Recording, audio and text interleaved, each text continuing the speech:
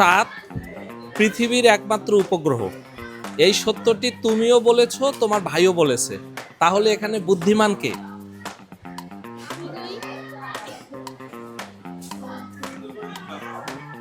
আমার ভাই। কেন তোমার ভাই?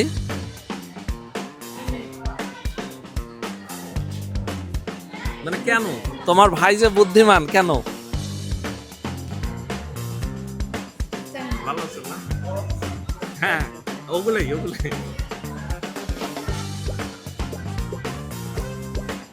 হ্যাঁ, বলতে পারবা? বলো। ভাই, কারণ আমি বুদ্ধিমতী আর আমার ভাই বুদ্ধিমান।